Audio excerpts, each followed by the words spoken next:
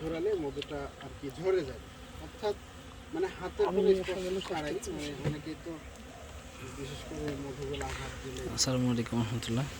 আলহামদুলিল্লাহ আমরা এখন সরিষা ফুলের মাঠে আছি।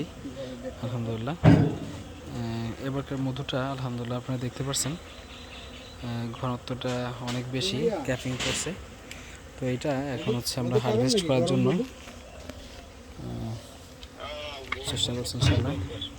অলরেডি মৌমাছির কিন্তু আস্তে আস্তে ঠান্ডা হয়ে যাবে না, বলছি কেটে দেয় না। তো মধুটা আলহামদুলিল্লাহ এখন হারভেস্ট চলছে।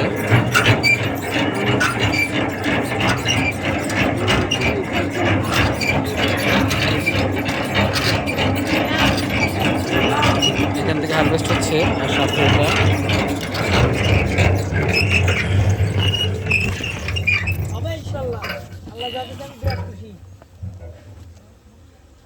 বন্ধুরা এই পর্যন্তই ছিল আমার ভিডিও। দেখতে পারলেন আমরা সংগ্রহ করি, প্রতিটা সিজনাল যে মধু সবগুলো এইভাবে প্রসেস করে কালেক্ট করা হয়।